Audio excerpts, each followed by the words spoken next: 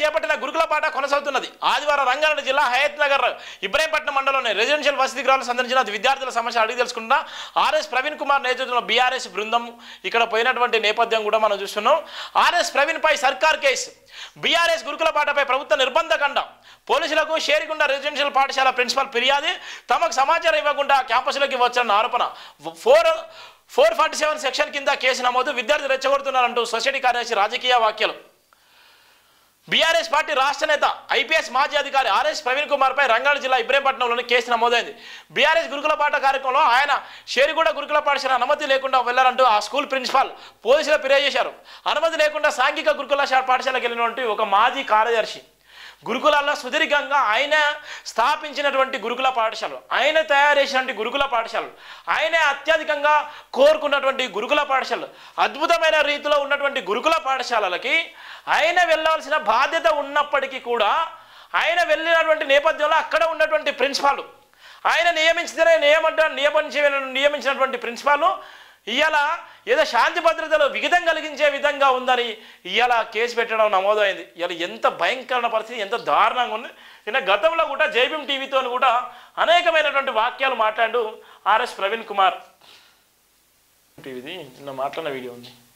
ఎంత దారుణం అంటే అంత దారుణమైనటువంటి సందర్భం. ఇవాళ ఈయన మీద కేసు కూడా నమోదు చేసేది. అంటే ఇది భయభ్రాంతులకు గురి చేయడమా, లేకపోతే కావాలని చేయడమా, దీనివల్ల నిజంగా ప్రభుత్వానికి హెచ్చరికనా, లేకపోతే ప్రభుత్వం భయపడి కేసు పెట్టిందా, దీనివల్ల నిజంగా గురుకుల పాఠశాలకు వెళ్ళాల్సిన అవసరం ఉన్నప్పటికీ వెళ్తే ఇలాంటి కేసులు అయితే అని ప్రభుత్వం హెచ్చరించినట్ట. ఒక పక్కన పిల్లలు చాలా ఇబ్బంది పడుతున్నారు, మరో పక్కన పిల్లలు ఆత్మహత్యలు వేసుకుంటున్నారు, ఒక పక్కన పిల్లలకు భయంకరమైనటువంటి పరిస్థితులు ఉన్నాయని కూడా తెలిసినప్పటికీ కూడా ఫుడ్ పాయిజన్ విషయంలో అనేక మంది ఇబ్బందులు పడుతున్నారు. ఇవాళ దాన్ని కమిటీలు వేసేటువంటి నేపథ్యం ఉంది. ఎందుకు కమిటీలు వేస్తున్నారు? విద్యాశాఖ ఉంటే కంపల్సరీ చేసేది కదా, విద్యాశాఖ అంటే ఎప్పటికప్పుడు మానిటరింగ్ చేసేది కదా. మరి విద్యాశాఖ లేకుండా విద్యాశాఖ ఎవరి దగ్గర పెట్టుకున్నావు? ఇవాళ ఇష్టానుసారంగా ఫీజులు వేస్తున్నారు. ఇవాళ గురుకుల పాఠశాలే కాదు, ఇవాళ గవర్నమెంట్ పాఠశాలలు కూడా ఇవాళ అంతంత మాత్రమే ఉన్నాయి. ఇలా పట్టించుకునే నాదులు లేడు.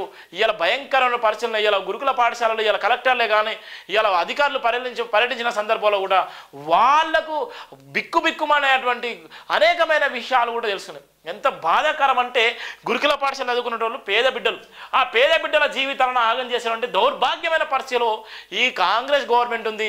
అందుకోసమే ఆర్ఎస్ ప్రవీణ్ కుమార్ విజిట్ చేసిన సందర్భంలో ఆయన 9 సంవత్సరాలు సుదీర్ఘంగా గురుకుల కార్యదర్శిగా చేశాడు. ఇవాళ ఎవరెస్ట్ శిఖరాలకు వెళ్ళిన నేపథ్యం చాలామంది మినిస్టర్లు, చాలామంది అర్థం లేని మాట్లాడుతున్నారు. ఆయనతో నిజంగా ఓపెన్ డిబేట్ చేయండి. గురుకుల పాఠశాల మీద ఆయనకున్నటువంటి సబ్జెక్టును ఇప్పుడున్నటువంటి ఐఏఎస్ అధికారులు కానీ, మంత్రులు కానీ, లేకపోతే సీఎం కానీ, లేకపోతే ఉన్నటువంటి ప్రజాప్రతినిధులు కానీ ఎవరైనా కానీ ఆయనతోని ఓపెన్ ఛాలెంజ్ చేయండి. ఓపెన్ ఛాలెంజ్ చేసి గురుకులాలకు సంబంధించిన అంశాన్ని దృష్టిలో పెట్టుకొని ఇవాళ గురుకుల పాఠశాలలు ఏ విధంగా ఉన్నాయి, గురుకుల పాఠశాలలు గత సంవత్సరాలు ఏ విధంగా ఉన్నాయి, గురుకుల పాఠశాల కార్యదర్శినప్పుడు గురుకుల పాఠశాలలో ఎక్కడ ఇలాంటి అవాంఛనీయ సంఘటనలు ఎక్కడ జరిగినాయా, ఫుడ్ పాయిజన్ వల్ల నిజంగా ఎంతమంది చనిపోయారు, ఇక్కడ ఎక్కడైతే ఇబ్బందులు కలిగినాయి, రోడ్ల మీదకి వచ్చినటువంటి విద్యార్థుల సంఖ్య ఎంత, రోడ్ల మీదకి వచ్చి ఆత్మహత్యలు వేసుకున్న సంఖ్య ఎంత, ఇలా భయంకరమైన పరిస్థితులు గురుకులలో ఈయన సెక్రటరీగా ఉన్న సందర్భంలో ఏ సంఘటన జరిగినా ఇలా పూసగుచ్చినట్టుగా ఆయన చెప్పడానికి సిద్ధంగా ఉన్నాడు.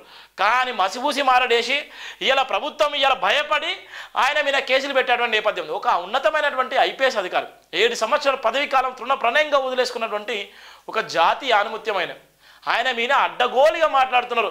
సబ్జెక్ట్ లేనటువంటి మంత్రులు మాట్లాడుతున్నారు, ఇలా సీఎం మాట్లాడుతున్నారు, ఇలా అడ్డగోలుగా మాట్లాడుతున్నారు. ఈయన సెక్రటరీగా ఉన్నప్పుడు అనేక మంది కొన్ని సంఘాలు పూటగట్టుకొని మాట పెట్టుకొని ఇలా ప్రెస్ క్లబ్లో ఇలా ధర్నాలు చేసి రాష్ట్రాలు చేసి ఇలా ప్రెస్ క్లబ్లో మీటింగులు పెట్టిన సందర్భాలు, గవర్నర్కి రాష్ట్రపతి కూడా లేఖలు రాసిన సందర్భంలో మరి ఇప్పుడెందుకు లేఖలు రాస్తలేరు? ఇప్పుడెందుకు అవన్నీ ఎవరైతే ప్రతిపక్షాల మీద మాట్లాడేటువంటి రాంతి చేస్తున్నారో, ఎవరైతే ఇలా సోషలిస్ట్ ఉన్నారో, ఇలా ఉన్నటువంటి బ్యూరోక్రాట్స్ ఉన్నారో వాళ్ళందరూ కూడా ప్రభుత్వం పైన జరిగేటువంటి అవినీతి పైన ఎందుకు మాట్లాడలేకపోతున్నారు మేధావులు?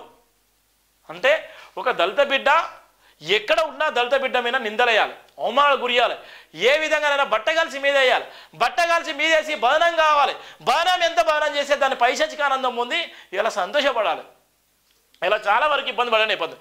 ఇవాళ ఆయన గురుకుల పాఠశాల సెక్రటరీగా ఉన్నాడు. 9 సంవత్సరాలు సుదీర్ఘంగా ఉన్న తర్వాత ఆ పిల్లల భవిష్యత్తు గురించి ఆయనకు అన్నీ తెలుసు. ఎక్కడ ఏ స్కూల్లో ఏం జరుగుతుంది, ఏ స్కూల్లో ఇలాంటి పరిస్థితులు ఉన్నాయి, ఆ స్కూల్లో ఉన్నటువంటి అధికమైనటువంటి పరిస్థితులు ఎక్కడ జరగబోతున్నాయి, ఎక్కడ భయంకర పరిస్థితులు అని ఆయనకు మొత్తం తెలుసు. ఆయన నిర్మించినటువంటి గురుకుల పాఠశాల, ఆయన సృష్టించిన గురుకుల పాఠశాల, ఆయనే ఏ విధంగా గురుకుల పాఠశాలలు ఉండాలో ఆయన చెప్పిన నినాదమే ఇలా కొనసాగుతుంది. ఇలా మీరు కొత్తగా తీసుకొచ్చిన నినాదం ఏముంది? ఇలా ప్రవీణ్ కుమార్ సార్ మీద నిందలేసి ప్రవీణ్ కుమార్ సార్ మీద కేసులు పెడితే అది ప్రభుత్వానికే చెడ్డ పేరుగా వస్తుంది, ప్రభుత్వానికే అది మచ్చలాగా ఉండేటువంటి నేపథ్యం ఉంటే ఆర్ఎస్ ప్రవీణ్ కుమార్ రాబోయే రోజుల్లో ఆయన ఒక భయంకరమైనటువంటి ఒక ఉత్పన్నమైనటువంటి ఒక గొప్ప వ్యక్తిగా కూడా ఉండేటువంటి వ్యక్తి. ఆ వ్యక్తి మీద నిందలేసి ఆ వ్యక్తి మీద పైచచకానందం పొంది ప్రభుత్వం బెదిరింపులకు గురి చేస్తే రాబోయే రోజుల్లో భయంకరమైన పరిస్థితులు కూడా అధిగమిస్తాడు.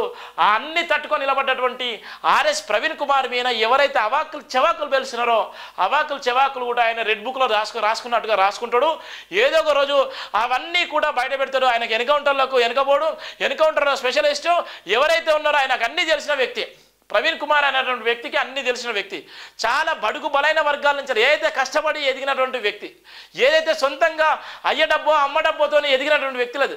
ఆయన బడుగు బలైన వర్గాల కోసం పుట్టినటువంటి ఒక మేధావి. ఆయన కష్టపడి ఎదిగినటువంటి స్వభావం ప్రతి ఒక్కరికి కూడా ఆదర్శంగా ఉన్న నేపథ్యం. అలాంటి వ్యక్తి ఇవాళ ఆయన మీద చెవాకులు పేల్చున్నారు. ఇవాళ ఇష్టానుసారంగా మాట్లాడుతున్నారు. ఇవాళ ఆయన మీద రాయేస్తే ఆ రాయేసి పైచచ్చికి ఆనందం పొందేటువంటి చాలామంది ఉన్నారు. ఇప్పటికైనా మారండి.